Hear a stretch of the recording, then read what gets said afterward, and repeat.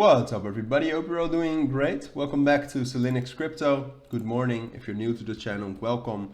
In this video we're going to be taking a look at Helium Hnt. We're going to be talking about some of the news around it, about the amazing move it had yesterday and also today. It's still up 20% over the last 24 hours. Volume is amazing at almost 200 million. Those are volume levels we haven't seen in a very long time with Helium. Last time we had those volume levels really is like in November last year. So those are some of the things we're going to be talking about. We're also going to obviously be taking a look at the price. First of all, I think the main catalyst behind this move is the migration of Helium to Solana. I think they have and HIP20, but I haven't really done too much research on that, which I should have done.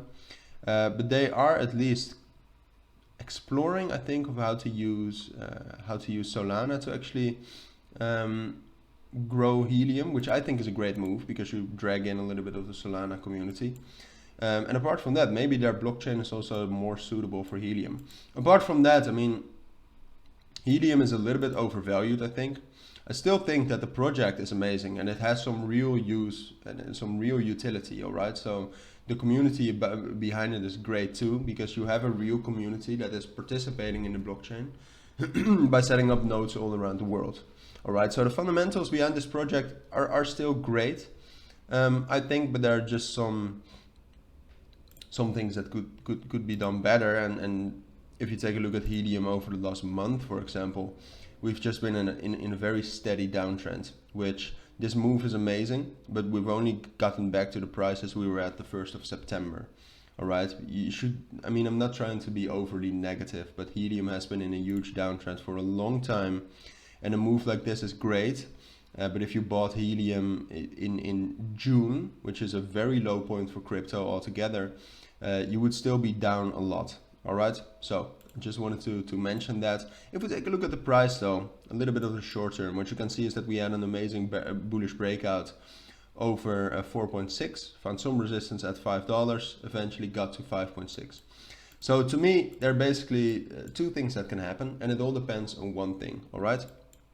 It all depends on whether we can hold $4.5 as a support, all right? If we can stay above $4.5 for the next 3 days, I think we're also going to get this move up to this level here at 6.25 and 6.5.